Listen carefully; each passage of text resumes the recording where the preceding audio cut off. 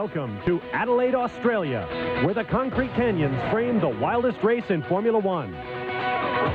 The first Australian Grand Prix produced the last victory for world champion Keke Rosberg, whose Williams Honda led a field of just 8 survivors. In 1986, Nigel Mansell suffered a spectacular blowout in Adelaide, and Alain Prost got the miracle victory he needed to clinch the world title. A year later, Prost himself overstepped the bounds of traction on the streets of Oz. Ayrton Senna's Lotus was disqualified. The title went to Nelson Piquet in a Williams, the race to the Ferrari of Gerhard Berger. 1988 was a typically chaotic year down under. Big crashes and bigger spins befell nearly everyone, including Mansell's underpowered Williams Judd. The McLaren twins, Prost and Senna, finished 1-2 for the 10th time that season, a year in which they swept 15 of 16 races. In 1989, the race was washed in rain and controversy. Prost, now driving for Ferrari, quit after a lap and told everyone who would listen that it was too dangerous. But the race went on, slick roads making it the wildest edition yet, and Belgian Terry Boutsen won for Williams. 1990 was dry in Australia, but the red mist that leads a driver to ask more than his machine can deliver caught up one car after another. New world champion Ayrton Senna was in full flight, right up to the moment he stuck his McLaren in the wall. The only thing between Nigel Mansell's Ferrari and victory was Nelson Piquet's green Benetton, and that's the way Piquet kept it to the finish. In 91, Adelaide was wet again. As ever, the race went on, but it wouldn't last for long. Within minutes, everyone in the starting field was losing the fight for traction, slithering helplessly off the road like Gerhard Berger. Leader Senna begged officials to stop the debacle. After 14 laps, they did. Another page in a scrapbook of bizarre events down under. Last year, fans were stunned by the sight of the world's best colliding. Senna and Mansell flew off the track together. Mansell headed off for IndyCars, while Senna began an off-season of discontent with the McLaren team. Riccardo Patrese inherited the lead until his Williams broke, and Gerhard Berger took his second Adelaide victory. This year, 2 more great champions meet for what may be the last time, as Prost and Senna go head-to-head down under.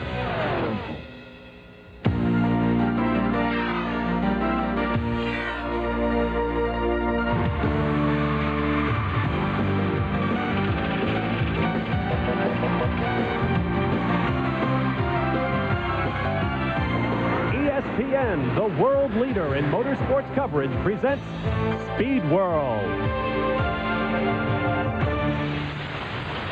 While winter comes calling in the Northern Hemisphere, summer is just around the corner down under as the Formula One World Championship reaches its final race, the Grand Prix of Australia. Hello again, everyone. I'm Bob Barsha. Welcome to the final race of the 1993 season. For it, we have come to the country that is a continent, Australia, and the home of the Australian Grand Prix in Adelaide. It seems there's always a startling headline when the teams come here, and this year is no exception. We take you back 2 weeks to the Japanese Grand Prix at Suzuka. Ayrton Senna joined Alain Prost on the front row, got the better start, and together he and Prost launched into a race of their own. While the world champions battled, Michael Schumacher tried a pass on Damon Hill and paid for his aggression with a broken suspension. As dark clouds gathered, Senna stopped for a change of slicks, a fatal error for most when the rain finally fell, but not for the Brazilian 3-time world champion, whose otherworldly car control allowed him to storm past Prost and race away into the lead. New world champ Prost had his hands full, sliding off the track at one point, but returning to finish second. As the track dried, Damon Hill watched in his mirrors as Senna dueled with Grand Prix debutant Eddie Irvine, who gave no quarter to the race leader in his efforts to separate Hill from a spot in the points. In the race's closing laps, Irvine attacked Senna again, aggressively unlapping himself in the run to the checkered flag. Afterwards, Mika Hakkinen rejoiced in his third-place finish, while Senna used the cool-down lap to do anything but. He later confronted Irvine in the pits and punctuated their conversation with a punch. Officials have ordered both men to a hearing in December at which Senna could be slapped with a suspension.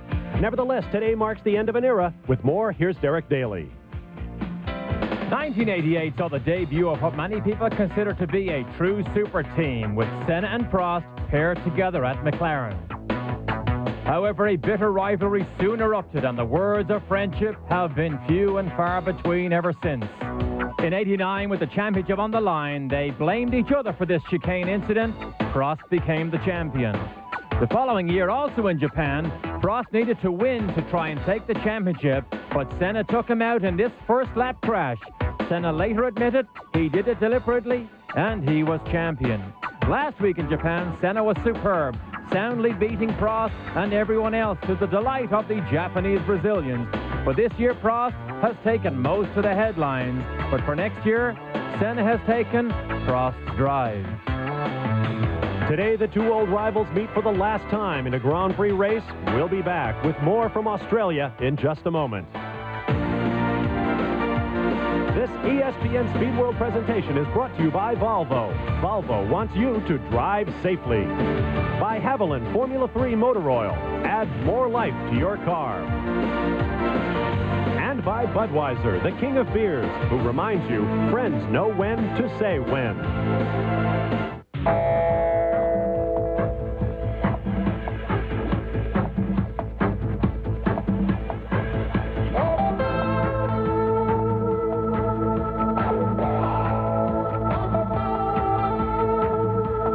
Overhead, you see the Victoria Park horse track extensively modified for Grand Prix racing as final preparations are made for the last race of the '93 season. Let's check out the Yamaha starting grid.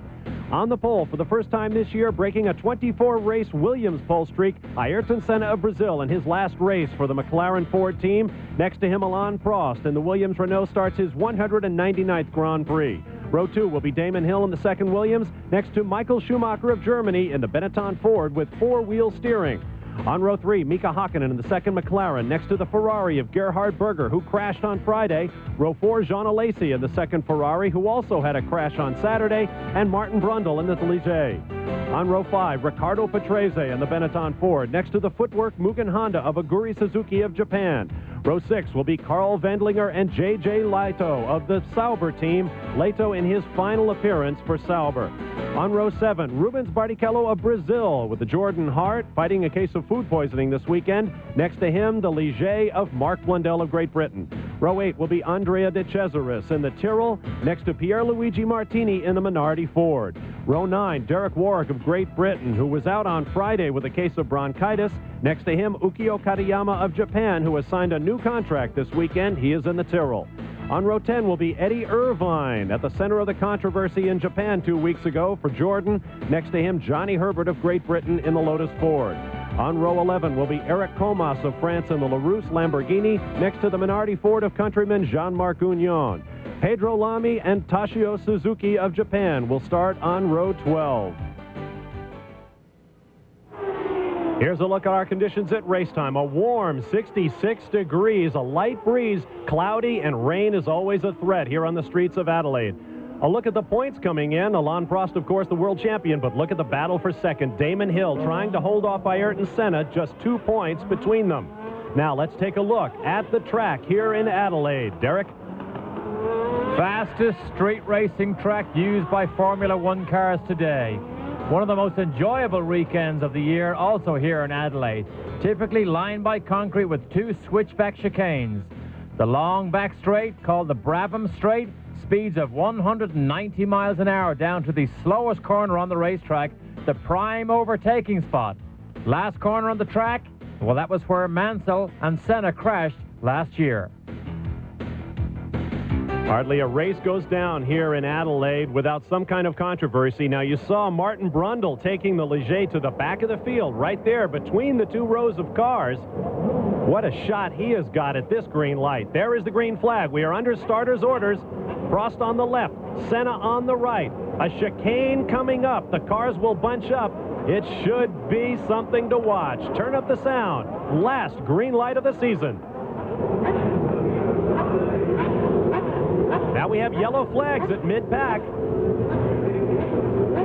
Yellow flags, you see them on the left. They were on the right. Now they've been furled on the right. There is Gerhard Berger in a Ferrari. He's been picked out by our host broadcasters from Australia.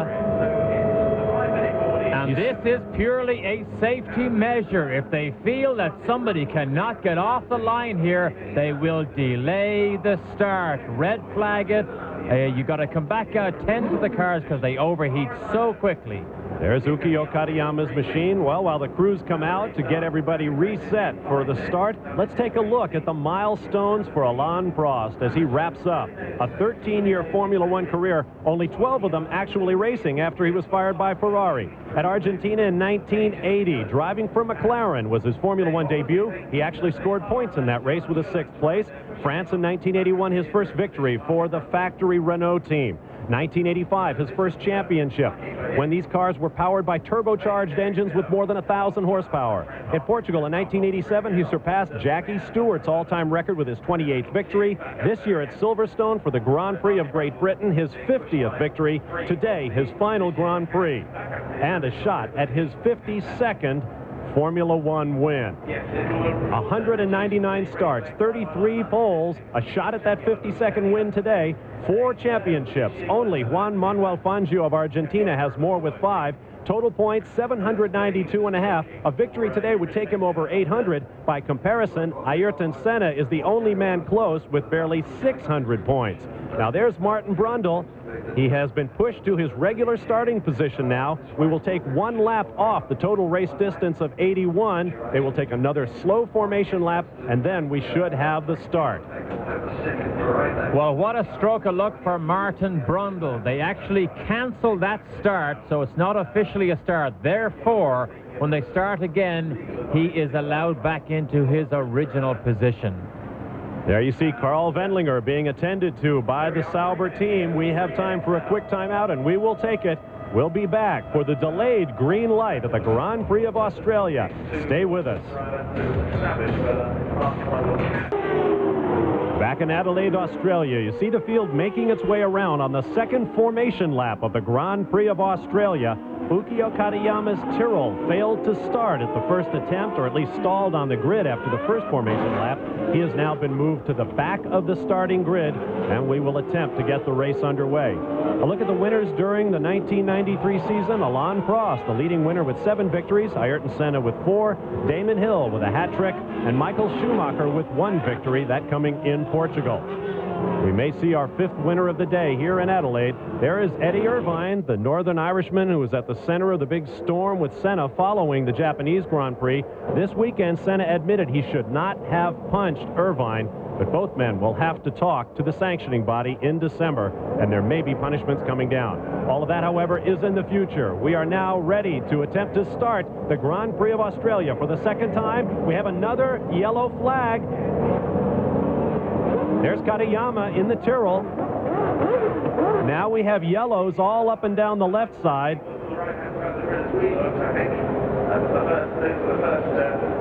You saw Damon Hill waving his arms in the air as though they were cramping. No word yet as to who it is that has caused the problem again. Now there is Eddie Irvine. Channel 9 television from Australia apparently thinks Eddie might have something to do with this. And we said it earlier, it is purely a safety measure. We have seen racing drivers killed when cars stall on the line. You can see the Jordan there. Something has happened. He was ahead of his starting position. That is probably why the yellow flagged him. You can see it clearly there. Obviously, he may not get it in reverse gear. But remember, it is for safety reasons we have seen drivers killed when cars stall on the line. Well, somebody else will have to go to the back of the pack, it would appear, and wear the dunce cap as we get set for our 3rd attempt to try to start the 16th and final round of the 1993 Formula One season. This should be interesting. Back at Adelaide, Australia, the fastest temporary or street circuit in all of motor racing. And the field for the Grand Prix of Australia has completed the 2 slowest laps in the history of this race.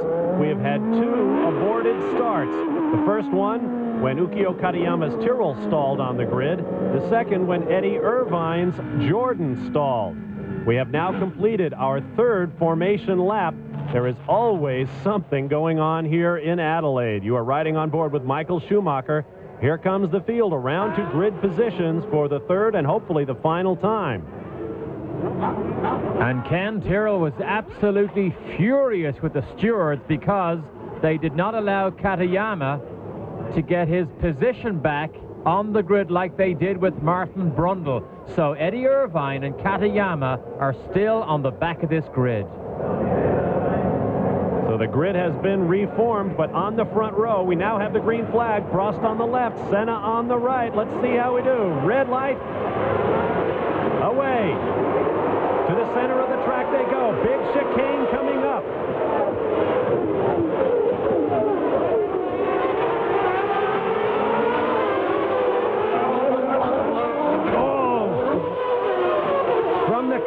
You saw the cars fighting their way through. Looks like Pedro Lamy has gotten it wrong end forwards. And you saw that absolutely live as it happened. A crash almost took that camera out that's mounted in the curbs at that first chicane that crashed there last year. It's a funnel effect, but Pedro Lamy in the Castrol Loctite Lotus gets no further than chicane number 1. But the race is underway. Ayrton Senna, as you take another look at the start, Prost diving for the middle of the track. Damon Hill closing up behind Senna. Look at the squeeze job on the Ferrari, about 5 or 6 cars back. See how tight that is. Now here's the crash. Here's the crash. It was the Tyrrell of Katayama. Comes up.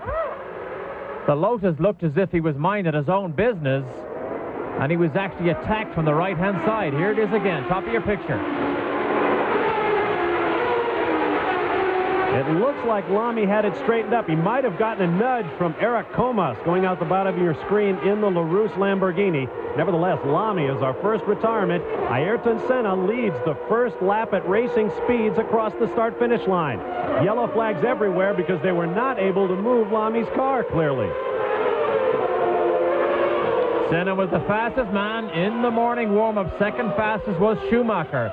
So the V8 Ford engine cars, the lighter, more nimble cars, are faster around this very tight and twisty street circuit in Adelaide. In fact, both Damon Hill and Alain Prost were very forthright about it. They say McLaren and the rest of the competition have caught us. We have no advantage here. They were 5th and 7th in the morning warm-up. Hill faster than Prost. How things change in racing. The Williams domination has been so dominant, so incredible this year and last year. Now to see a McLaren in dry conditions lead these races and lead them strongly is something we have not seen for a long, long time. Michael Schumacher closes up behind Damon Hill. Remember Schumacher? The four-wheel steering he enjoys on that car. Wasn't sure that it was an advantage when he ran it on Friday. By the time Saturday came, said yes, it's definitely better. They've spent a lot of money developing it. However, it is banned for next season. Let's take one more look at that crash involving Pedro Lamy.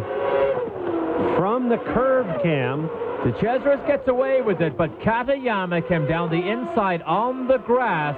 He stuck a wheel underneath Lamy, and he took Lamy then forced one of the Jordan cars to just sail over the top of that curve also. Long way to come just to do, well, they've already done 2 laps, slow laps, but in racing conditions, a long way to come just to get to the first chicane. In the terraces section, East Terrace, carving around the blocks.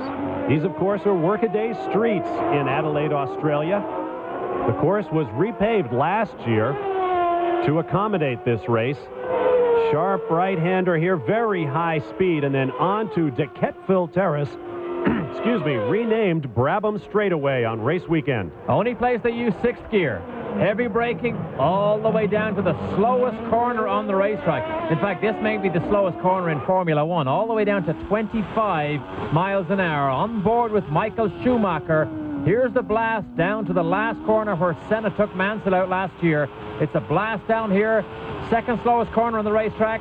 Coming up here, 42 miles an hour in qualifying. Pit entry on the right. Let's listen as Michael Schumacher puts the car through its paces.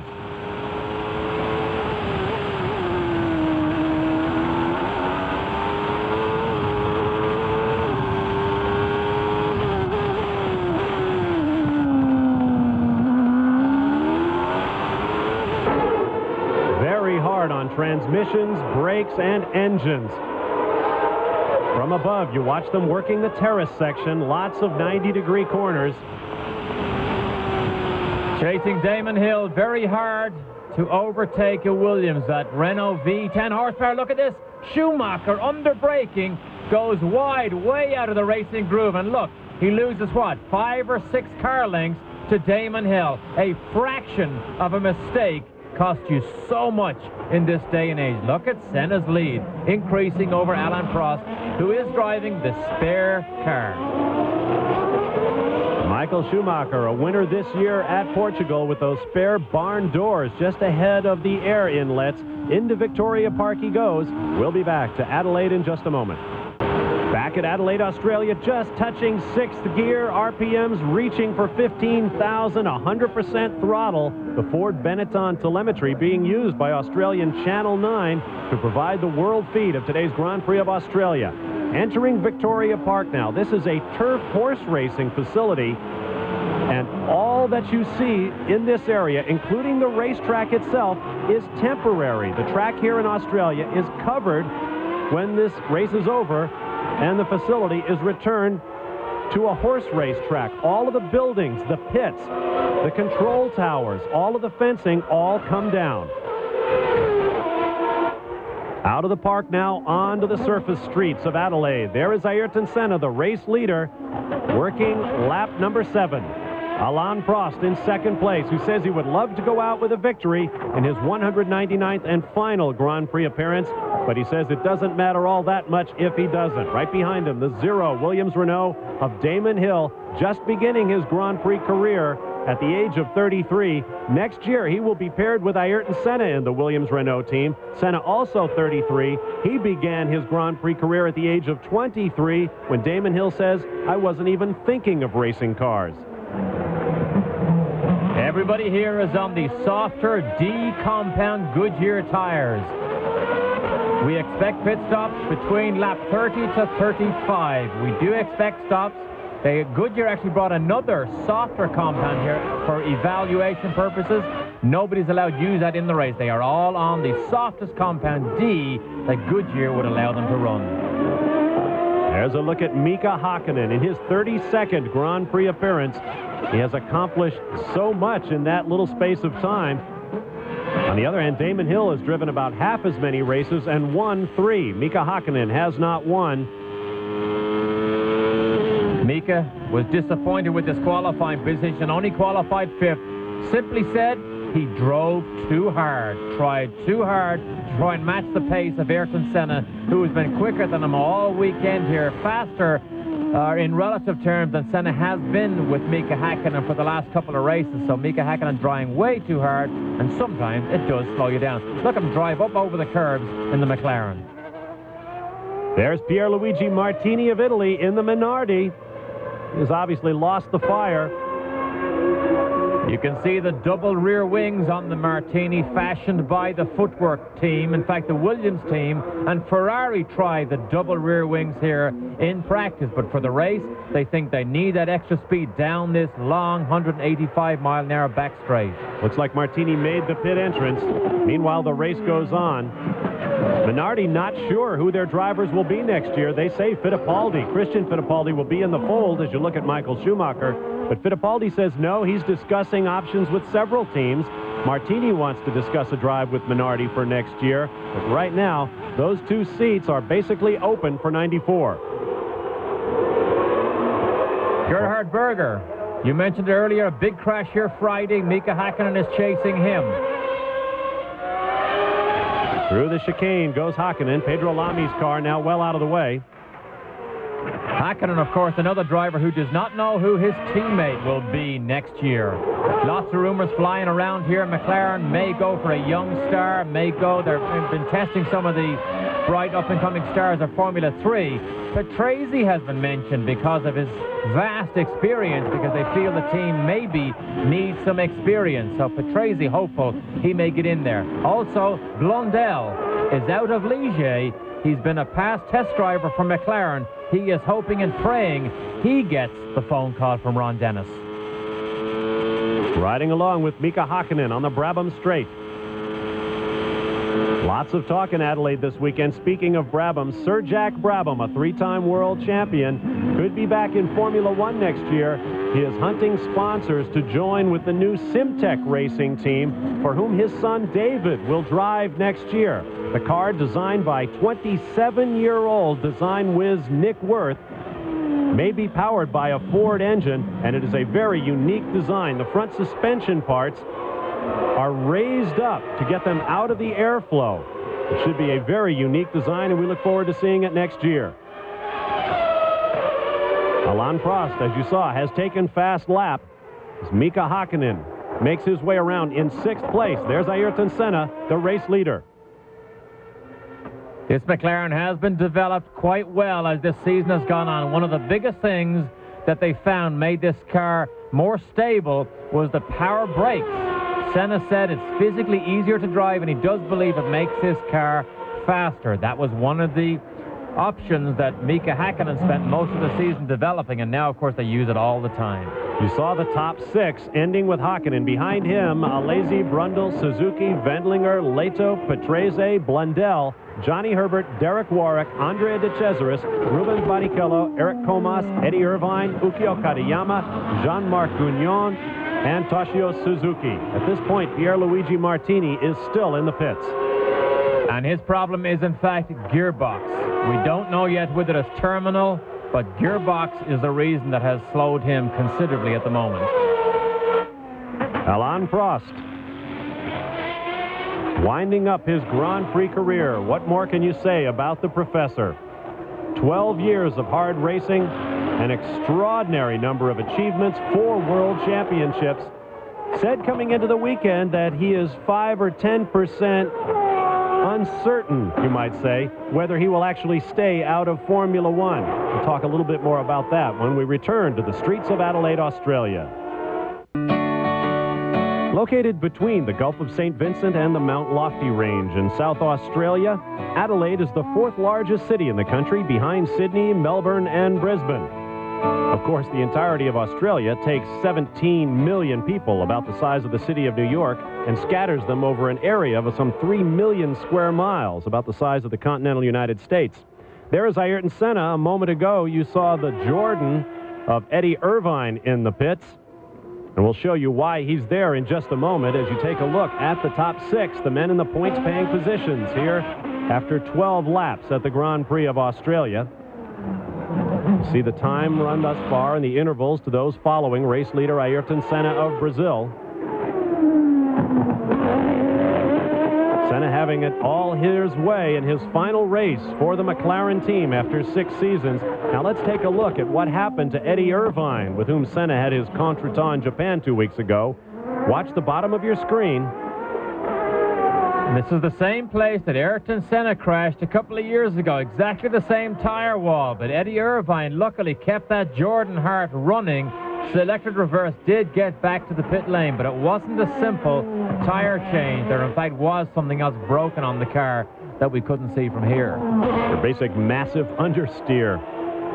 These being normal daily streets that are used by cars and trucks, getting cars set up perfectly for this kind of a surface with its bumps and its drainage can be very difficult indeed. We've had a multitude of spins this weekend, several large crashes. Both Ferraris have been in the walls. Now let's take a look at what just happened to one of the Tyrrells. This is Ukio Katayama, it would appear, straight off at one of the corners. Ooh, and hard into the concrete. See the right front suspension? Looks like, I think he broke the right side, and then that pushed him across out of the camera shot into the left side guardrail. So Katayama involved in, we think, 3 different crashes, and we're only 13 or 14 laps into this race. Well, it looked like that one might have put paid to Katayama's hopes. He's lucky he signed his contract before this race started, because in fact he has signed a new Tyrrell contract to stay with Uncle Ken next season. Now you're riding along with Damon Hill, presently in 3rd place. If the race were to end right now, he would give up 2nd place in the Drivers' Championship to Ayrton Senna, who leads, riding on board with Michael Schumacher now. Derek, let me ask you, how important is it to either Senna or Damon Hill to finish 2nd to Alain Prost for the title? In the grand scheme of things, it doesn't make any difference whatsoever because whoever remembers who was second. However, from a personal standpoint, I think it's very important for Damon Hill because being his first full season of Formula One, I think it's a personal thing rather than something that will be important in the years down the road in the grand scheme of things.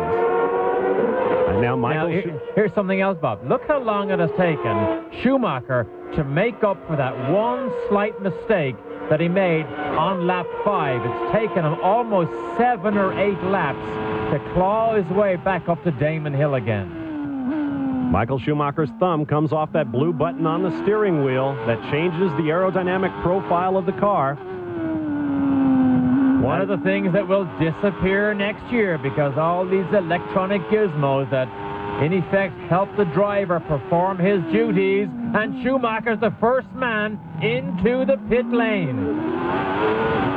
Schumacher opting to take new rubber on rather than trying to get around Damon Hill with the old rubber. Let's time the pit stop.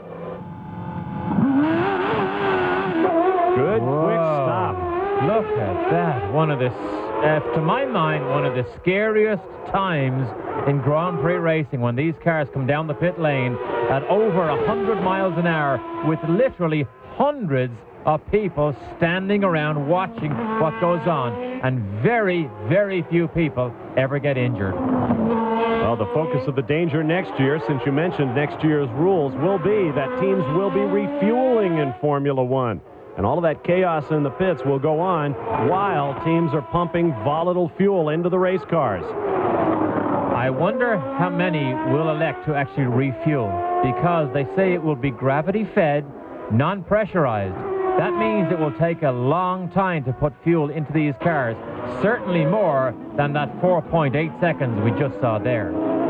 Let's take another look at that pit stop from the perspective of Michael Schumacher's onboard camera. Now take a look at the scenery. There is a minimum 15 to 20 people per team all the way down the right side. Now the scary thing is when he gets the new tires on, because they're not as warm as he's used to. Look, little tunnel area to get out between the human bodies, and away he goes again. Damon Hill going underneath the slower car in the terrace section. Notice no runoff to speak of on these streets of Adelaide, Australia. Concrete walls all around. First time Damon Hill has raced here. He was here last year as a spectator. He spun off on Friday. In fact, he spun off in qualifying on Saturday, having set the fastest qualifying time of Saturday. It wasn't quick enough to displace Alain Prost or Ayrton Senna from the front row, but he was the fastest man in qualifying yesterday afternoon in that much hotter, and much more slippery qualifying session. 21 minutes and 4 seconds into the race. Ayrton Senna leads Alain Prost by 4.2 seconds. We'll be back with more of the Grand Prix of Australia in just a moment.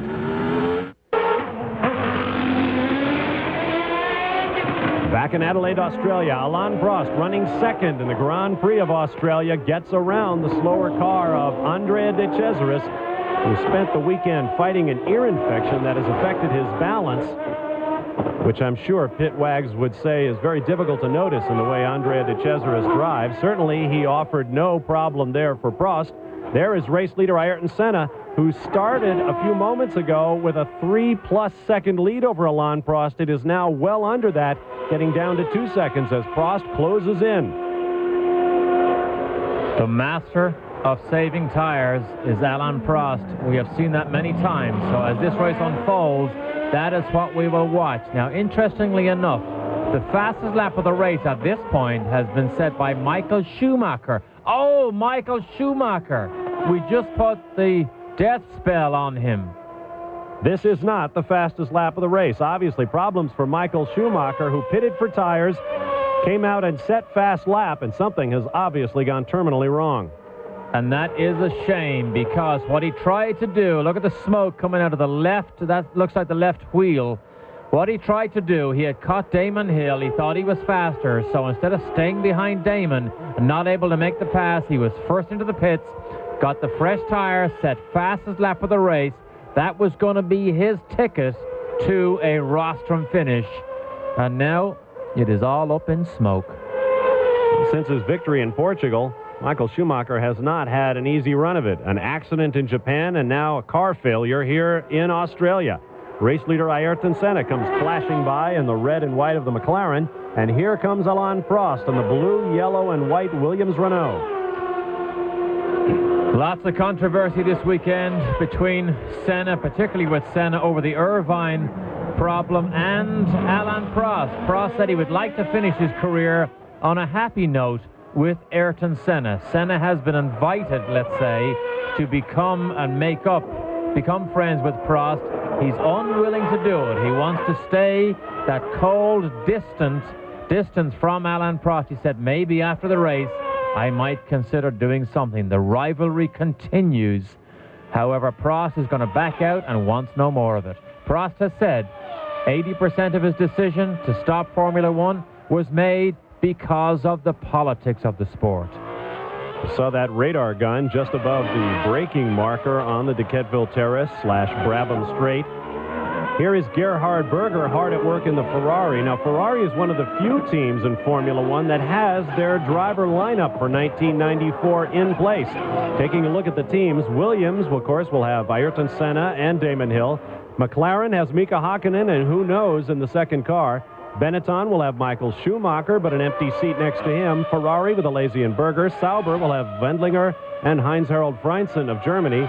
Lotus will have Johnny Herbert and Pedro Lamy. The rest of the teams, Tyrrell, Pacific, Simtek, Jordan, the new Simtek and Pacific teams have one driver signed up. Among these drivers looking for rides in 1994, Riccardo Patrese trying to extend his all-time record for Grand Prix participations. J.J. Leto is out at Sauber. Andre de Cesaris, Derek Warwick, Philippe Ayot, Martin Brundle, Mark Blundell. Whoa, and I have a big spin on the racetrack. There you see Jean-Marc Gounon, the Formula 3000 runner from France, who took that Minardi over one of the curbs in a big spin, but he didn't hit anything. And now, with heart well aflutter, I'm sure, he's back out on the straightaway. Into the pits comes Damon Hill. So lap 22 sees Damon Hill in the pits. Let's watch how quick it is. Remember, 4.8 was Schumacher. Not as good. Not as good. 1.5 seconds slower than Michael Schumacher's stop. However, it was still saved. There's Hakkinen right behind him. And this is for position now. If Hakkinen can get around him, this is for third place. Now you see Gerhard Berger making his first stop. We expect lots of stops today using that very soft D compound Goodyear tire. These drivers will be going through them like donuts. See that dust? That's brake dust from the carbon fiber brakes that gets all over the rear of the car. And when he accelerates away, just knocks it all off, blows it into the airstream, and away he goes. Carl Wendlinger, J.J. Leto, and Riccardo Patrese coming up from behind means that Gerhard Berger has dropped from 5th when he pitted back to 8th place. Ayrton Senna flashes across the start-finish line with Eric Komas just ahead in the Ligier. I take that back. Toshio Suzuki of Japan in his second Grand Prix start at the age of 38.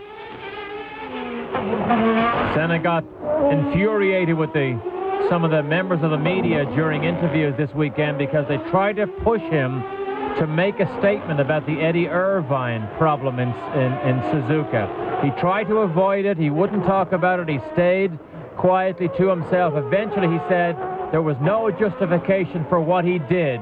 He should not have punched Eddie Irvine, and he will have to answer for that to the FIA World Council in December. He was also very critical of the press coverage of the whole affair, saying that television never showed all of the problems he had on the racetrack with Irvine, but nevertheless, he admitted he should not have clocked him.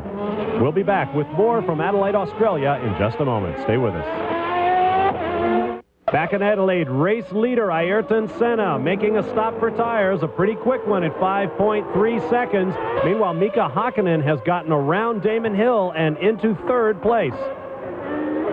Good stop for Ayrton Senna. Schumacher still leads on the pit stop, 4.8, but 5.3 is good even by McLaren standards. Of course, Michael Schumacher is now out of the race. Ayrton Senna having to take this lap a little bit gingerly as a result of the new tires. Now there is Damon Hill trying to get his place back from Mika Hakkinen. Very close. Risky move. Remember, Damon Hill knows that Hakkinen has not stopped, and he knows he will stop, so he better not stick his nose where he doesn't need to have it, because Hakkinen will chop it off, and then Hill will be the one that's sorry. Hakkinen, I'm sure, will stop very shortly. Wearing the blue and white of his native Finland on the helmet, the number 7 that was originally started this year by Michael Andretti, now being driven by Mika Hakkinen with a great deal of flash. And Formula One is definitely going to need that in 1994 with Alain Prost out of the championship. Nigel Mansell long gone. Once again, Hill looks under Hakkinen in the very tight right-hand hairpin. If he's not more decisive, he will lose those front wings. We saw Mansell get his front wings chopped off with Nelson Piquet several years back, right in that position there. But Mika Hakkinen will chop his nose off if he gets the chance. Look at this, locks up the right front. He needs tires. Damon Hill surely can see that, surely will know that. Here he goes, though, V10 power. Ooh, coming down to the chicane. Yes, Damon Hill will take him going into the left-hander. Now, Ayrton Senna's pit stop means that Alain Prost is now the race leader, but Prost has not stopped. It is Prost, Senna, then this battle, Hill and Hakkinen, followed by Jean Alesi and Aguri Suzuki, who has yet to stop. He is now up in the points. Well, Hakkinen can now measure just how much slower he is than Damon Hill, knowing that Damon Hill made that tire stop. That will help Mika Hakkinen make his decision. Remember, ultimately it's the driver's decision when you stop, and the McLaren pit is ready and waiting for their number 2 man. Here is a replay of Derek Warwick bounding over those high international curbs and almost taking the footwork to the wall. Oh, Derek had a lot of trouble, missed the complete sessions here on Friday with that stomach bug that he had. Was it bronchitis? Yeah. Bronchitis he ended up having, they said. But came back on Saturday. In fact, Christian Fittipaldi is here walking around enjoying the weekend. He was fitted to the footwork car in case Derek Warwick was not able to drive. Speaking of enjoying the weekend, one of the key features of every Australian Grand Prix here in Adelaide is a party as you watch Mika Hakkinen coming in. The star performer this year is Tina Turner, so they are really going to light up the night here in Adelaide once this race is concluded. Good pit stop for Hakkinen. Reasonably good by Michael Schumacher standards. Remember, 4.8. A second means a lot when you travel at 150 miles an hour down the back straight. You saw Jean Alesi bringing the Ferrari back out of the pits. Mika Hakkinen now running back in 4th spot unofficially as we now have 26 laps complete, quickly approaching the halfway point in this race. Mika Hakkinen said that physically this is one of the most tiring races he has ever raced in. He thought the rear tires were going to have the hardest time on the cars, and traction control was absolutely going to earn its worth here this weekend in Adelaide. Of course, traction control is another one of those electronic gizmos that will be banned for next season. You see Riccardo Patrese about to be lapped by Alain Prost. Patrese running 12th overall, last car on the lead lap. Patrese has pitted, Prost has not. We expect him within 2 laps. I mentioned that this is a big party weekend here in Adelaide, but this race is going down under something of a cloud. Among the various promotions for this race was a sprint car event in a parking lot around a shopping center in the town of Noarlunga, a southern suburb of Adelaide. In that race, one of those sprint cars flew off, went through a fence and into a crowd, injuring 10 people, 1 critically. I would imagine that's the last time they'll be doing that in connection with this race. Making big headlines this weekend also is the fact that officials in Melbourne, Australia have said that when the contract for this Australian Grand Prix in Adelaide is up in 1996, they want to bid for it. So Prost decides not to stop.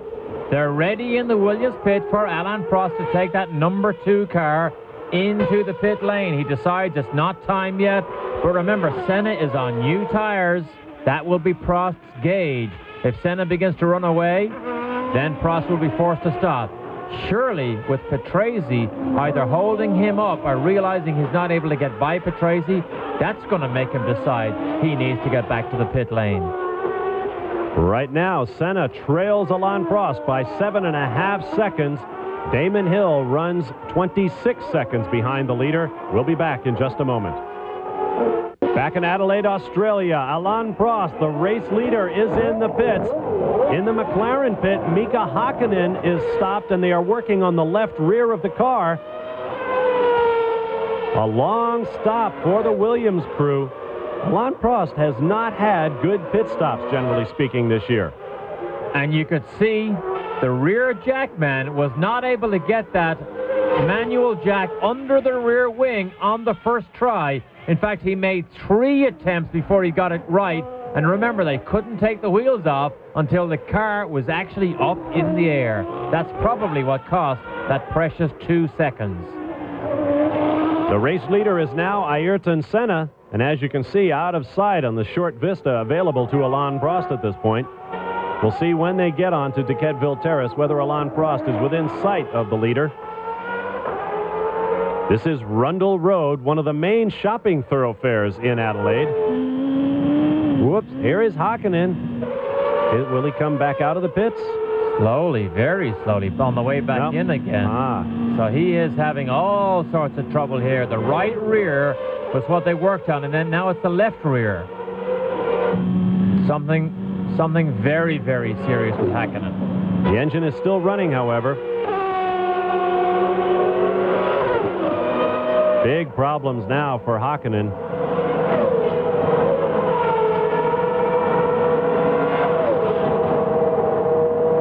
Looking at the dashboard. What a bright future he has to look forward to with one of the best teams in Formula One.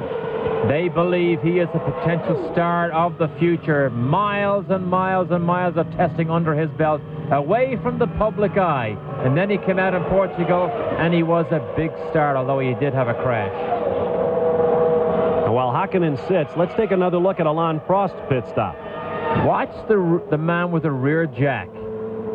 He runs around, and he misses. There's the first miss. There's the second one. There's the third one. It was 2.7 seconds before he actually got the rear of that car into the air. That was very, very costly. Ayrton Senna now leads the race, and he in turn has a 7.5 second gap on Alain Prost. So with Prost's pit stop, there was a full 15-second swing in the running order. Aguri Suzuki moves up into 5th place as Mika Hakkinen drops out, and Gerhard Berger follows him up. I don't believe Suzuki has made his pit stop, however. We'll see how quickly the footwork team can get him back out. You know, you mentioned Aguri Suzuki. That footwork team, since they got the benefit of the TAG Active Ride suspension, has actually run very, very well. That is the Mugen Honda V10. We watch Mika Hakkinen. His day looks as if it may be over. They push it back into the garage when it's a fairly terminal problem. But I was mentioning the footwork car. They're uncertain as to who will drive the car, or in fact who will sponsor that car for next year. But they've done a fairly good job. They were the fastest cars down the straight in the morning's warm-up. Well, as there you saw, the gap between Senna in first and Prost in second, now almost 15 seconds. I have no idea how it expanded so quickly, unless Alain Prost is having some kind of a problem. That is Mark Blundell in the blue Ligier. There goes Derek Warwick in the footwork. Now here comes Alain Prost. No obvious signs of problems. He spent a long time behind Riccardo Patrese. Probably 2 or 3 laps too long he stayed out. That allowed Senna, who was on the fresh tires, running second at the time, to close up that gap. Prost probably didn't know that Senna was eating into that lead at the time, and that is very costly. And then, of course, he lost another couple of seconds during that poor pit stop. Mika Hakkinen joins the cars on the sideline. Pierluigi Martini is out, as are Johnny Herbert, Eddie Irvine, Ukio Katayama, and Michael Schumacher, as well as Pedro Lamy. Stay with us for more from Australia. back at Adelaide, Australia, riding along with Damon Hill in third place at the Grand Prix of Australia. At this point, he has given up second place in the Drivers' Championship to race leader Ayrton Senna, but this race has not yet reached the halfway mark. Now, moments ago, Gerhard Berger, with whom you ride, passed Aguri Suzuki there on the left for fifth place. And almost looked like desperation. He lunges down the inside. This is down at the hairpin, just about squeezes through, but Berger in the Ferrari does take away that fifth place from Suzuki. Gerhard Berger and Alain Prost hoping to become the first three-time winner of this race. There is Derek Warwick now coming under fire from Damon Hill. Hill trying to put a lap on Warwick, who runs in 12th place.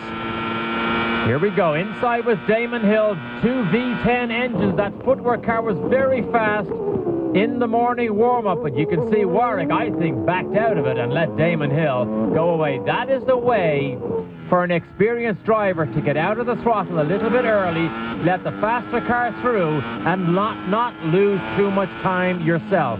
That's what Senna wanted Eddie Irvine to do last weekend, or 2 weeks ago in Japan. Just stay behind him and let him get through and get on his way. Ayrton Senna with a 13-second lead over Alain Prost. Damon Hill third, Jean Alesi fourth, Gerhard Berger fifth, Aguri Suzuki sixth. Behind them, Martin Brundle, Carl Wendlinger, J.J. Leto, and Ricardo Patrese round out the top 10.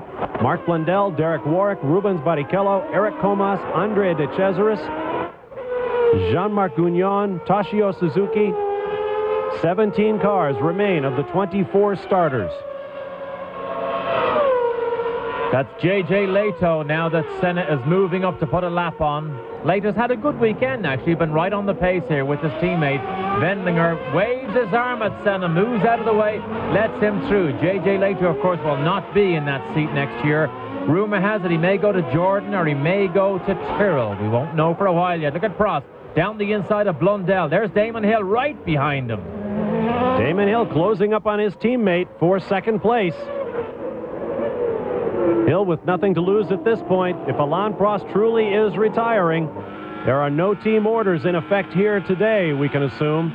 I mentioned earlier, Alain Prost said earlier this week that there was a 5 to 10% chance, as he estimated it, that he might come back to Formula One. But our chief statistician, Danny Knutson, who writes widely on Formula One subjects, says there's nothing to it. Yes, I don't know what that was meant to mean, because he qualified the statement by saying, but I certainly won't race in the opening race of 1994. We know Ron Dennis from McLaren did speak to Prost to see could he entice him to lead the McLaren team, but it became very confusing. I don't believe Prost will come back next year. Well, there have been lots of wild stories this weekend. The French press also reported that Alain Prost saved an airliner with 300 people on board as you watch Damon Hill fighting the steering wheel. Here from Channel 9 is a replay of Jean-Marc Gounon going around again. That's the second major incident that we've seen today from Gounon. They never did move Michael Schumacher's car. You see that still on the same place that he stalled or pulled off on earlier on. They deemed it not to be in a dangerous position. Bob, you mentioned team orders earlier on. Damon Hill actually said he would have to talk to Frank Williams to see would there be team orders in this race, seeing as Prost is leaving and the championship is over. I don't think there is team orders, and Hill is clearly faster than Prost. And if Hill thinks he's faster and can attack Senna, I think he'll make a big move here if he can get close enough. Now, the Williams team has proven time and again that they have a fairly short memory when it comes to former drivers, and Alain Prost is a soon-to-be former Williams driver, despite his world championship with the team this year. Now, this is a race car that just about anybody can drive. All you have to do is ask, right, Derek? Well, I wouldn't say that, but in fact, it will have a major driver change next year in Ayrton Senna. But in fact, I myself will get to drive this car probably before Ayrton Senna gets his hands on it. I simply asked Frank at the French Grand Prix at the end of the year, could I in fact drive this car, being technically the most advanced racing car ever built. I thought I hadn't driven one of these for 11 years. Wouldn't it be nice before they pack them away and never see them again on the racetrack in anger to actually drive it? I will go to Paul Ricard on November 29th have a test, and you will be able to see it on Speed Week. That's right. Watch ESPN Speed Week. Of course, I'm teasing Derek Daly, who not only will test Alain Prost's Williams-Renault, he will also test Nigel Mansell's IndyCar championship-winning Lola Ford. So keep your eyes on ESPN Speed Week and see how our man in the open-wheeled series does. I can't wait myself. I was going to ask, but I'm way too tall. I couldn't have fit in the car. And you will read about it in some very select magazines. Andrea De Cesaris comes under fire now from the Williams-Renault duo. De Cesaris, one of the many drivers looking for a drive in 1994. The reason that we keep talking about the driver lineup for next year is that Formula One rules require that the teams announce their driver nominations a week following today's race. A week from now, they have to submit drivers for 1994. And it is going to be a very busy week for some teams. And that's a very strange rule to me. I mean, don't tell me that a lot of these teams do not continue negotiations with potential sponsors all the way through the winter. I think that's a very difficult criteria to fulfill for these Formula One team managers and owners. Onto the pit straight comes Ayrton Senna with Aguri Suzuki just behind, having been put a lap down. 6 cars. The points-paying positions are the only unlapped machines in the race. Such a successful combination here Ayrton Senna has had under Ron Dennis at McLaren. 3 World Championships, 62 pole positions he has had in his career, a staggering number.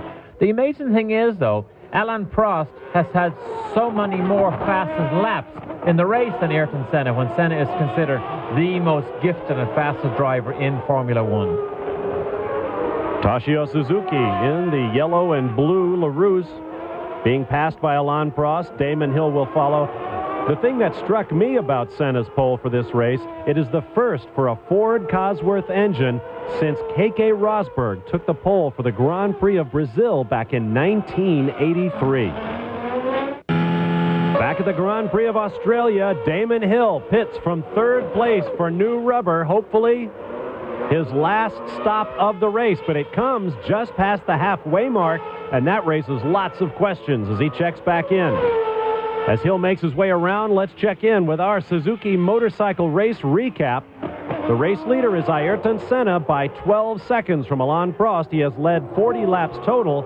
We have had 2 lead changes between Senna and Alain Prost, both of those coming on pit stops. Cars out of the race, Pedro Lamy, who was knocked out at the very first corner, Pierluigi Martini with an engine failure, Johnny Herbert with similar problems, Ukio Katayama, Michael Schumacher, whose Ford V8 let go, Mika Hakkinen with brake problems, we are now told, and Eddie Irvine with undiagnosed problems at this point. Eddie Irvine nosed the car into the tire barriers hard, but we don't know if he broke a suspension or steering or brakes or whatever. Nevertheless, he is out of his second Grand Prix start. Damon Hill motors around. I believe he has held his 3rd place despite that pit stop. He had a big gap over the 4th place car of Jean Alesi. Ayrton Senna has reset fast lap. Senna's pole position for today's race broke 115 miles per hour. The first Formula One car to do that, setting a new record for the Adelaide Street Circuit. Now you ride along with Riccardo Patrese in the Benetton. And the Williams pit board has just let Alain Prost know that Damon Hill, in fact, has been in for his 2nd set of tires. So now he can make his own mind up whether he wants to make a stop immediately or wait to some later date. But Damon Hill may be stopping early because, remember, he caught Alain Prost, wasn't able to get by. But if he thought he was quicker, he'll make a stop, get it over early, and then try and make the pass while Prost actually makes a stop. Now just ahead of Riccardo Patrese is J.J. Leto, running in 9th place. So this is a battle for position. Patrese unemployed as of another hour, I would say. A lot of speculation as to what he'll do. Some people think he will do the Italian Touring Car Championship. You can hear that familiar metallic sound from the Ford V8 that we always hear when we're in car with one of these Benettons or one of the McLarens. Ironic that we should be watching Ayrton Senna in the McLaren. It has also been postulated this weekend that Riccardo Patrese might make a fine number 2 for Mika Hakkinen with the McLaren team in 1994, when it will be McLaren Peugeot. The French automaker has an exclusive new V10 engine for the McLaren team next year. There you see Senna's pit. The Williams team is also ready, presumably for Alain Prost. Damon Hill having already made a pit stop. And you can very clearly hear the traction control working on the McLaren. Hear that misfire? That's not a misfiring engine. That's the spark being cut to some of the cylinders to slow the power delivery to the rear wheels down. The wheels bite again, and away she goes. Worker retrieves his hat. He'll pay a penalty for that, I can tell you that. A few years ago, a worker was caught on a trackside security camera in Monaco smoking a cigarette, which of course is verbatim in a motor race. And it is said that Prince Albert of Monaco, his own self, who holds a high position in the Motoring Club of Monaco, saw to it that that worker had served his last Grand Prix of Monte Carlo. Ayrton Senna on to the Brabham Straight. Notice all of the marbles, little bits of rubber at the side of the racing line. Caught at 276 kilometers an hour on the radar gun on the Brabham Straight. You can see the gap there, Senna to Damon Hill, 36 seconds. Not the best of time to pull up that graphic, because remember, it's just after a lengthy pit stop. When Hill settles down and begins to use those new tires, remember, Senna's only had one stop, Damon Hill's had 2. Senna's car is lighter, remember, the Ford V8 engine with the lighter fuel load. Will he try and go with just one stop? Remember, he will have that final decision. I suppose he could, I was just about to say he could wait to see what Alain Prost does. Prost realizes he cannot catch him with sheer speed, so he's got to make a second stop, and hopefully new tires will make him faster. The rear jack guy really nailed it that time. Right in, first time, gets it up, but it's still only 6.9. He had a 20-second lead over his teammate Damon Hill. Alain Prost back out. He will give up a big chunk of time to Ayrton Senna, and at this point now, Prost can only hope that he can force Senna into having to pit for another set of tires. To do that, he's going to have to start gaining ground in big bunches. Believe it or not, the Williams engineers never got these cars to handle well here all weekend. Prost and Damon Hill complained of excessive oversteer, not quite able to put their finger on the problem. And of course, in days gone by, even a poor handling Williams was way quicker than everything else. But now, the other teams, as Damon Hill said earlier, have caught up. So therefore, you have to have the Williams absolutely on the mark, or else you struggle just a little bit, as they are today. There is Damon Hill. You see how close he is to Prost at this point. So he didn't pull it off. He stopped earlier, got his tires earlier, because he couldn't pass him on the racetrack earlier. However, he didn't manage to pull it off, even though Prost had that later pit stop. Now it's a straight fight. Now if you're going to finish ahead of him, you have to attack him and pass him on the racetrack. This battle going on a full 30 seconds behind race leader Ayrton Senna. Look at that rear suspension working. Hydraulically controlled and electronically controlled rear suspension. Damon Hill sets fastest lap. But look at the suspension goes up and down because the underside of the car, which creates so much downforce, is what they try to remain constant. Keep it at a constant level to the road, and it generates the maximum amount of downforce. That is what active suspension is all about. And we're watching it for the last time in Formula One, at least for the foreseeable future. Well, we think we are.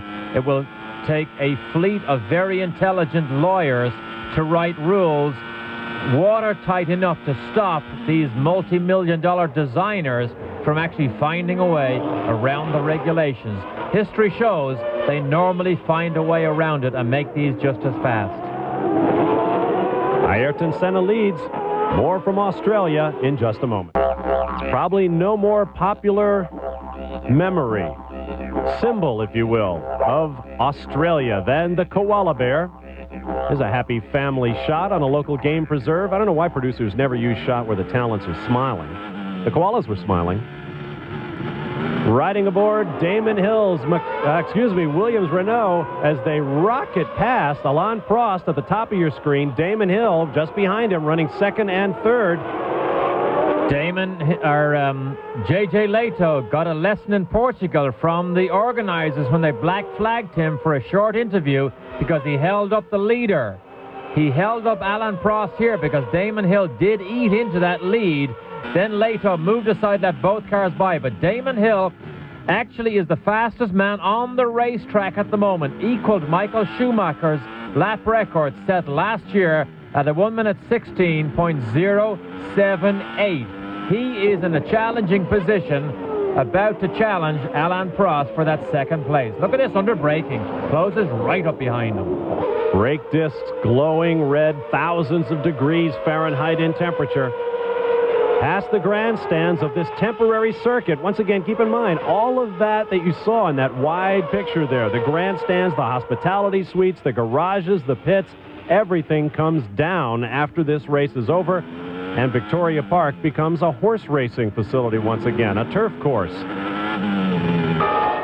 The running order as you watch the battle between the Williams teammates: Senna, Prost and Hill, Alesi, Berger, Brundle, Wendlinger, Aguri Suzuki, J.J. Leito, and Ricardo Patrese, your top 10. Then it's Derek Warwick in the footwork and Mark Blundell. Behind him, Rubens Barrichello, Eric Comas, Andre De Cesaris, and Toshio Suzuki of Japan. The only cars still in the running. 16 of the 24 starters. Now here comes Ayrton Senna in for his second stop. 29 seconds. He was clear of Alain Prost. Look at this. Oh, 5 seconds dead. Almost nailed Schumacher's pit stop time. That will definitely keep him in the lead. However, Prost will be closer. Now keep in mind, even though they use those expensive tire warmers to bring these tires up to about 200 degrees, they are not quite race ready. Now here you see the second and third place Williams cars behind Aguri Suzuki in the footwork and likely to be holding them up. Now we can see that Damon Hill, through the twisty sections, under braking, and in the high downforce section, seems to be faster than Prost. Now look at the gap between Senna and Prost, 18 seconds. But yet, when they get down to Stag Corner, which is the last right-hander onto that back straight, Prost seems to have the legs on Damon Hill. That Stag Corner that just came through here. Here's the fast kink, great overhead shots here. Now the long blast, the only time they use sixth gear, 185 miles an hour, even in racing conditions. And this is where Prost is quicker than Hill. Hill dives down underneath. Alain Prost put himself in some jeopardy there. He's way out on the marbles. Okay, now this section of the track, Hill was quicker. There's more traffic. He needs help from traffic if he's going to make a lunge down the inside of Prost.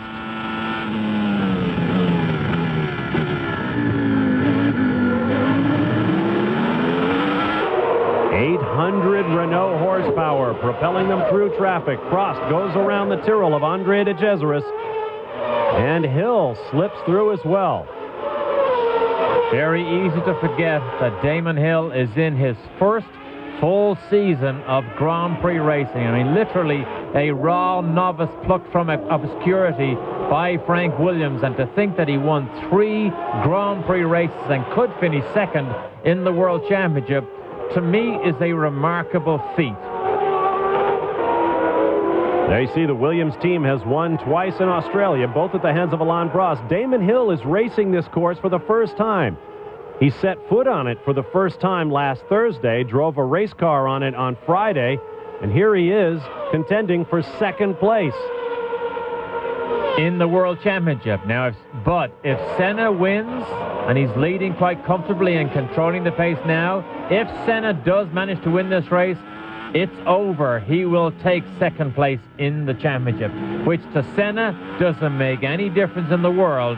However, to Damon Hill, I think definitely something personal to him in the book of statistics. In the long run, doesn't make any difference.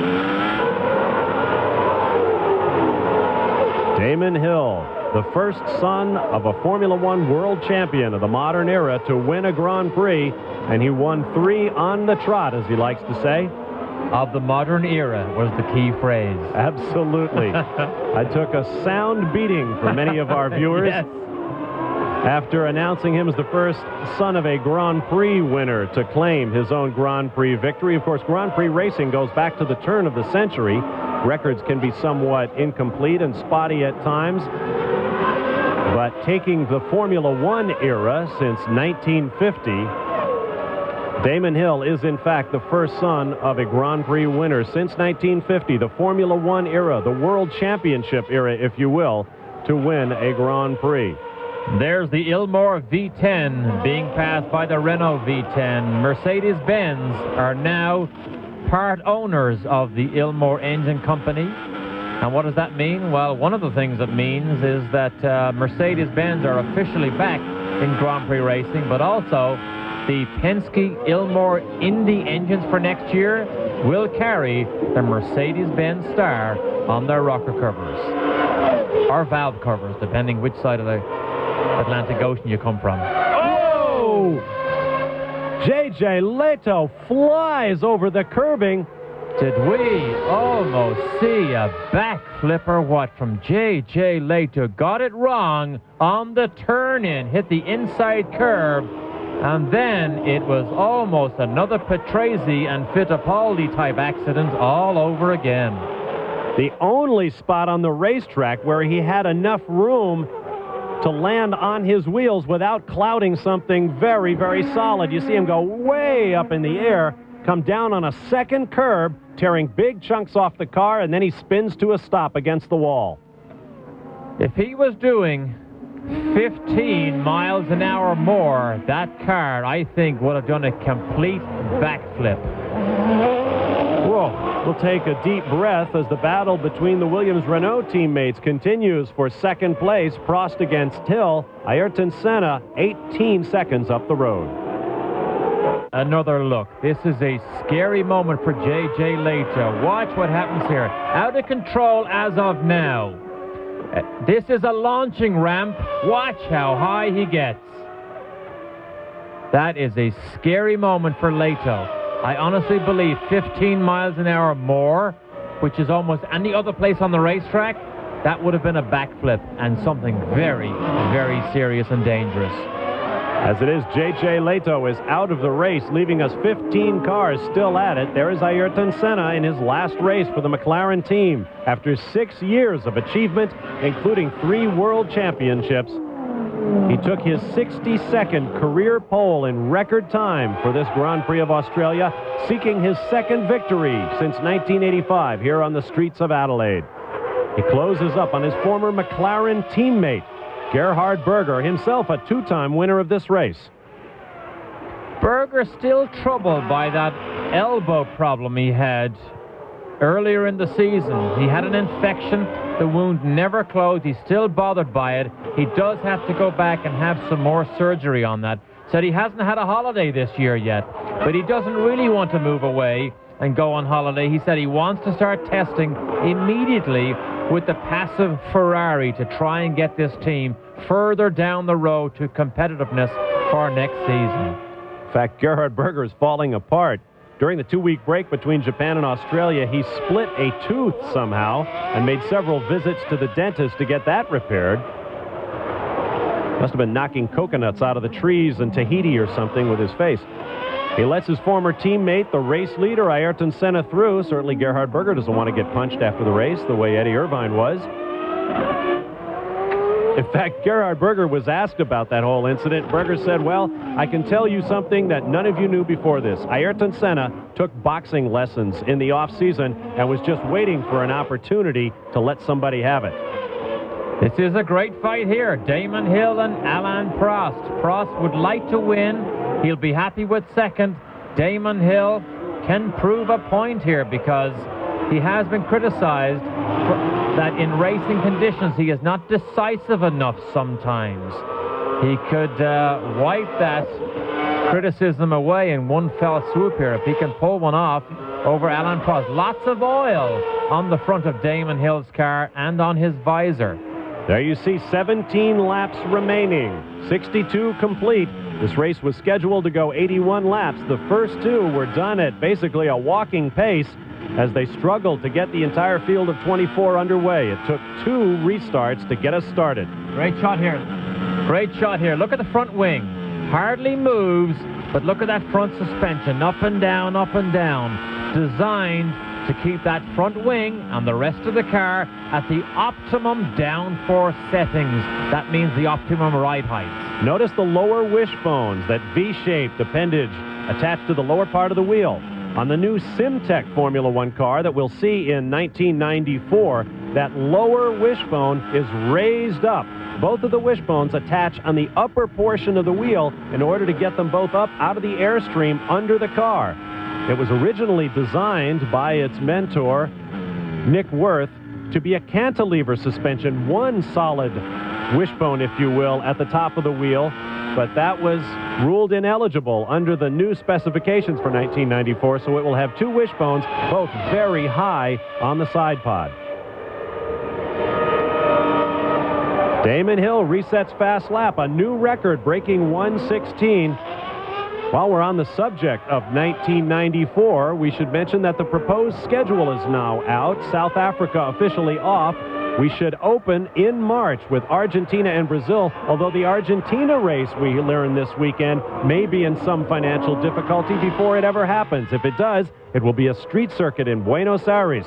The Pacific Grand Prix replaces the European Grand Prix at Donington Park. It will most likely be held in Japan. Then San Marino, Monaco in midway, a very early date for Monaco, which normally is very late in May, around Indianapolis 500 time. Then Barcelona, Spain. Moving on later in the year, Canada, France, Great Britain, Germany drops back a week. Hungary is very much on the ropes and might also be replaced next year. Then Belgium. And we'll wrap things up in the final third of the season. Italy, Portugal, and then 1 week separating Japan and Australia. And the little birdie told me that don't be surprised to see an Indonesian Grand Prix on the schedule of races very soon, maybe even next season.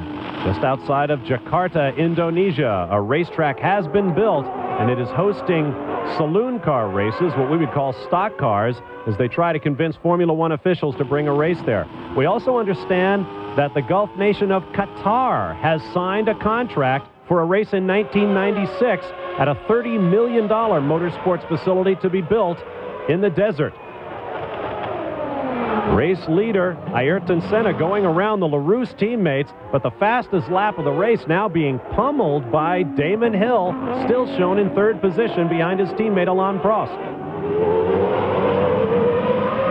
Damon Hill has now set about 4 or 5 fastest laps in a row, and he is still behind Alain Prost. I don't understand that fully. Surely, if he's going that fast on a regular basis, he can actually get by Alain Prost. Just a couple of tenths of a second separate the Williams-Renault teammates. We'll take a quick time out and return to the Grand Prix of Australia as the laps continue to dwindle. Stay with us. Phil Terrace, normally in the streets of Adelaide, Australia, but on this weekend it is the Brabham Straightaway. Bob Barsha, Derek Daly, glad to have you with us. Race leader Ayrton Senna goes rocketing around. He has put Derek Warwick running 10th, now 2 laps down, and begins to close in on the Tyrrell of Andrea De Cesaris. You mentioned the Brabham Straight, of course. Brabham, oh, look at this. Andrea De Cesaris almost has another victim in Ayrton Senna. Why does he not just move out of the way? Doesn't he see him? Eventually he does see him. Senna won't like that.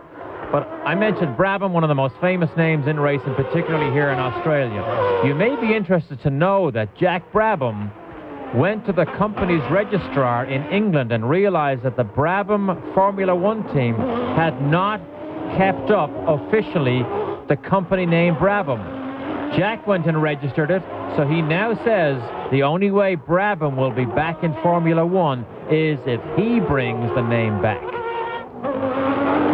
Certainly the name worthy of some respect, and certainly the Brabham team in its later races was not giving the name the performance that it deserved. You notice Ayrton Senna's lead is now dwindling just a bit over Alain Prost. It is down to some 11 seconds. Prost took off some 2 seconds. No doubt because Ayrton Senna was making his way through traffic. Now Derek Warwick comes under fire from the Ferrari of Gerhard Berger. And that is not for position. Warwick, Berger, or De Cesaris are not in a fight for position. Look at this. Oh, he loses it. Goes. Damon Hill has spun it. A half spin. Now Hill stalled it. Did he stall it? No, he's got it going. He's got reverse. Now, very difficult to get reverse sometimes. Look at the blisters on the shoulder of that right front tire. Now, he spun the car in Friday's practice and had a problem getting it in first gear, but he obviously gets it going again. But now I'm wondering about the condition of those tires. Well. There's the opportunity. Here it is again. Sticks his nose down the inside. Doesn't get away with it. Does a lazy half spin and is very lucky that he didn't collect the concrete wall. And then that Ligier that went across his bows as he tried to come back on the racetrack. But interestingly enough, we did see the blisters on that right front tire. Just on that inside edge, that's the edge that gets the hottest because of the negative camber on the front of these wheels. Here's another look. There's the blisters. Watch the Ligier go by. Grabs first gear. Zing! There you go. That was almost a Ligier autograph all over the camel stickers on the front of that Williams. Foot ornament it might have been. That was Mark Blundell's Ligier. Martin Brundle was driving the radically repainted Ligier this weekend, as he did in Japan 2 weeks ago. Brundle is in the 6th and final points-paying position right now. It is Senna, Prost, Hill, Alesi, Berger, Brundle, Wendlinger, Suzuki, Patrese, Warwick, Blundell, Barrichello, Comas, De Cesaris, and Suzuki. 15 cars still circulating. There is Carl Wendlinger, who has Aguri Suzuki right behind him, and then Ricardo Patrese. This is for position. This is 7th, 8th, and 9th, all running one lap down.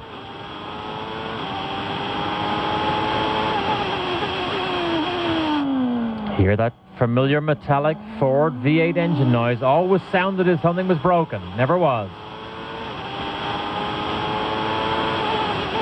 Here's where J.J. Leto went off. Lots of downshifting before he hits that chicane. He went down 3 gears, I think.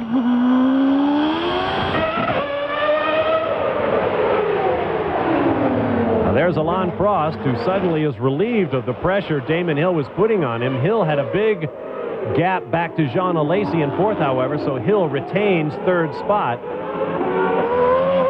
Prost has fallen back about a second to race leader Ayrton Senna. There you see the gaps, 13.1 seconds. Alain Prost down to Senna, and then 29 more back to Hill. Prost has been a double winner here in Adelaide. Says he would like to still come to the Grand Prix races next year. Is not sure that he wants to come as a television commentator, which he did last year. He said he would be interested in a management position with some team. He didn't mention the team. I know he's had extensive talks with Ligier, which never did come to anything. So you may still see Prost's familiar face at the Grand Prix. But he said the number one thing he wants to do is spend more time with his family. There you see the gap widens out still. Actually, what he said was, I don't want to come and be a commentator. I'd rather do something challenging. He did actually say that. Thanks, that pal. was his official comment. I wish you a happy retirement, buddy. Luckily, he didn't say something like that at the start of the year, or we'd never talk about him. Actually, the Renault company says they would like Alain Prost to come along in an advisory role, much like Niki Lauda performs for Ferrari.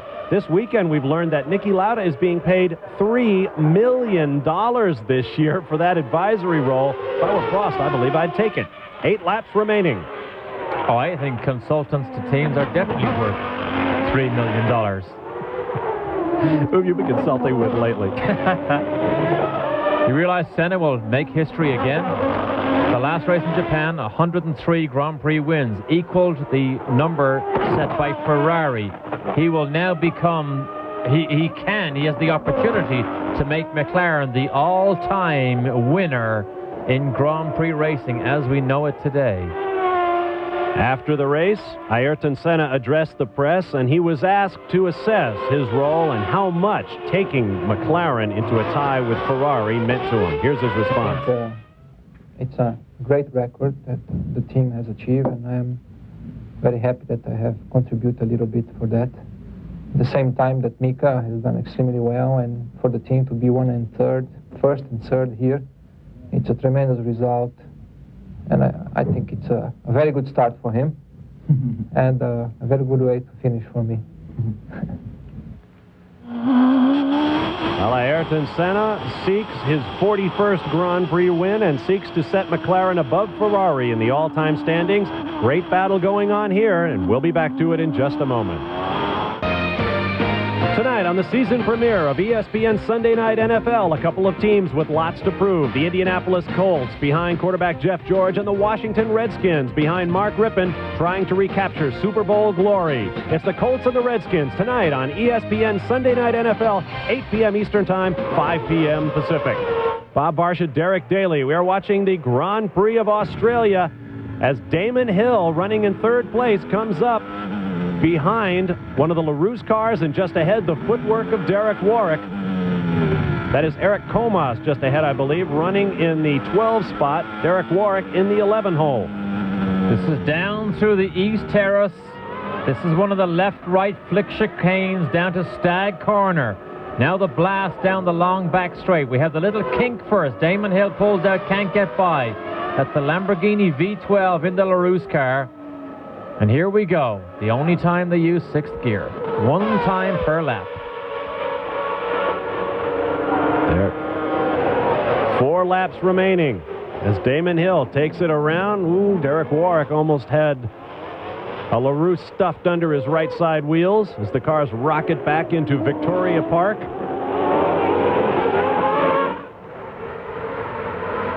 Senna's other team members. What's this? Here's another one. His teammate does it. Wendlinger in the same position as J.J. Leto, and that actually loses him that position. He was running in 7th place, so now Suzuki moves up, Patrese moves up, and Warwick, I believe, also moves up. So Wendlinger, you could see he actually lost a lot more speed than J.J. Leto because that car did not take off like late J.J. Leto's did. Gonna have to call that Sauber corner. Scary Sauber corner. Look at the oil on Damon Hill's rear wing and all over the front of that car. Up front, Ayrton Senna begins to close up on the number 27 Ferrari of Jean Alesi, running in 4th place. So Ayrton Senna, with another bravura performance, is working on lapping the field here. He will not get it done. Alain Prost just 14 seconds behind in 2nd. Damon Hill 44 seconds behind the leader in 3rd. But it'll be just the podium finishers, it would appear, who will remain unlapped. I was just about to mention how confident the team is. They're already beginning to pack up everything from the pit lane and put it away because they think their man has this sewn up and he will not need their assistance in these closing laps. One of the nice things about the last race of the year is even though the equipment is packed up, lots of uniform parts and other things are not. And the world's biggest garage sale goes on in the pit lane here at the Adelaide Grand Prix circuit. What a great way to end your career with a team such as McLaren, to go out on such a double winning note. Japan, we put Japan down to the weather conditions where he shines so well, but this is the first time he's actually taken everybody on equal footing on a dry racetrack and dominated. This is the Ayrton Senna we have seen over the last couple of years, but this has been a struggle year for McLaren to try and make this car competitive. But you know, great teams always have a habit of still becoming successful even in adverse conditions. That's what we have seen McLaren do. But Senna will walk away and not give it a glance as he moves on to Williams. Ayrton Senna, before the swing to Japan and Australia, considered not driving for McLaren as a result of a press conference that the team manager Ron Dennis held with the British press, in which he said some unkind things about Senna. At that point, Ron Dennis apparently spoke to Nigel Mansell about possibly replacing Senna in the car for the end of the year. I'm sure Ayrton Senna is glad that he came on to Japan and Australia, where he will pick up 2 victories, it appears, and this man, Alain Prost, 282 kilometers per hour. Multiply times 0.6 to give yourself some idea of how fast that is, or just round it off as plenty fast. Prost apparently will finish second. He will have 1 lap to go when he crosses the start-finish line as he re-enters Victoria Park.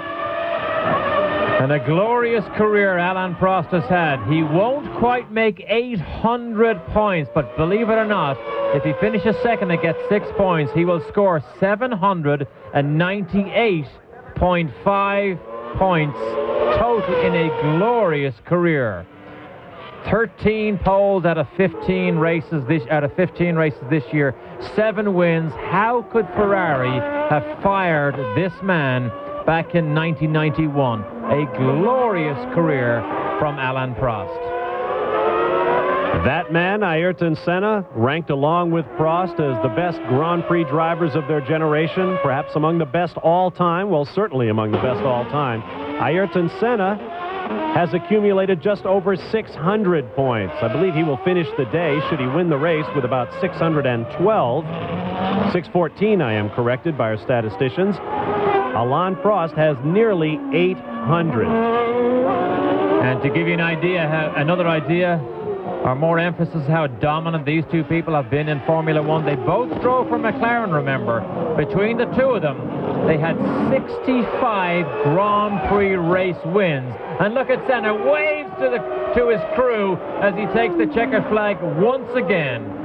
7 of 9 World Championships these two men have taken between them. And Alain Prost, his final checkered flag is only second. But what a glorious career. And Damon Hill, I think he was superb today and takes away with him the lap record. It is truly the end of an era. I'm sure in his car, within his balaclava and his helmet, Ayrton Senna has a few tender thoughts for the McLaren team with which he has accomplished so much. And perhaps Alain Prost has some as well as he brings his career to a conclusion. Ayrton Senna joins the very select club of 2-time Australian Grand Prix winners here in Adelaide. Behind them, perhaps appropriate that Damon Hill should be in third as he attempts to join the front rank of Grand Prix drivers, the future of the sport, even though he and Ayrton Senna are virtually the same age. Will they shake hands? Will Ayrton Senna and Alain Prost ever make it up and become friends as they now go totally separate ways, different lifestyles from here on in? Alain Prost doesn't even drive up alongside Ayrton Senna to offer his congratulations after the race win. We'll learn more when they mount the podium, and we'll be back for that. This ESPN Speed World presentation has been brought to you by Mazda. Mazda, it just feels right. And by Suzuki. Your Suzuki motorcycle and ATV dealer has the ride you've been waiting for and the financing to get it. The celebrations have begun in the pit lane, and the final race of the 1993 Formula One World Driving Championship is now done.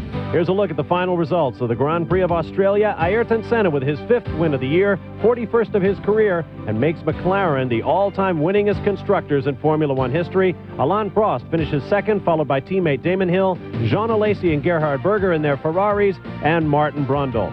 As we take a look down through the rest of the classified finishers, Derek Daly, your thoughts on the race? Well, not one of the classic all-time races that we will remember in the years to come. However, it is the day that Alain Prost made a friendship with Ayrton Senna and walked away from the sport that made him famous and very wealthy. Alain Prost, the only French world champion, picks up his 4th this year. Ayrton Senna knocks down 2nd, followed by Damon Hill, Michael Schumacher, Riccardo Patrese, and Jean Alesi. In the Constructors' Championship, Williams-Renault doubled the point total of runner-up McLaren Ford. Benetton Ford finishes 3rd. Now here is race winner Ayrton Senna. I had a tremendous time. You know, the records speak for themselves, the results, the championships, and I got respect from the people who I work with so long. I have tremendous respect for them as well. I leave friends behind, and I think that's the best way to do, leaving friends behind, winning last race, coping in an extremely difficult season with the technical reasons that we all know, and winning 5 races. It is tremendous. Suzuki Motorcycles race winner Ayrton Senna. Checkered flag coverage of the Grand Prix of Australia will be coming your way Wednesday, November 10th at 11 p.m. Eastern Time, 8 p.m. Pacific. Moments after the race, this was the scene in the garage as Ron Dennis and Ayrton Senna bid one another goodbye after 6 very productive and sometimes antagonistic years together. And certainly the same goes for Senna and Alain Prost, with whom he has been arch rivals for going on a decade. We'll leave you with some of our thoughts on the season just past. Of course, we couldn't go away without reminding you of Michael Andretti, who came into this season with such high expectations and suffered such incredible disappointments. But in the end, he got on the podium at Monza, and perhaps that will go a long way toward making him realize the exercise was worthwhile. And it is the end of the era of the most sophisticated racing car ever built for this sport. How fast will the cars go next year? Well, the tears will roll again next year for Michael Schumacher, because he will be a major star name. But disaster almost befell Damon Hill on many occasions. After wading through engine explosions and tire explosions, Hill took a victory at Hungary and followed it with 2 more at Spa in Belgium and Monza in Italy, and truly lived up to the legacy of his father, the late 2-time world champion, Graham Hill. For Ayrton Senna, well, the chapter closes on his time at McLaren that included so many race victories and 3 world championships. Now he will pass the team over to young Finn Mika Hakkinen and open a new chapter in his glittering career with the Williams-Renault team. Ayrton Senna now takes his customary holiday in Brazil on the beach, and Alain Prost, he goes from the cockpit to the golf course. I'm Bob Barsha for Derek Daly, James Allen, and all of us here on the Formula One crew at ESPN Speed World. Thanks for being with us. It all begins again in the springtime of 1994, and we hope you'll be with us. Until then, so long, everyone.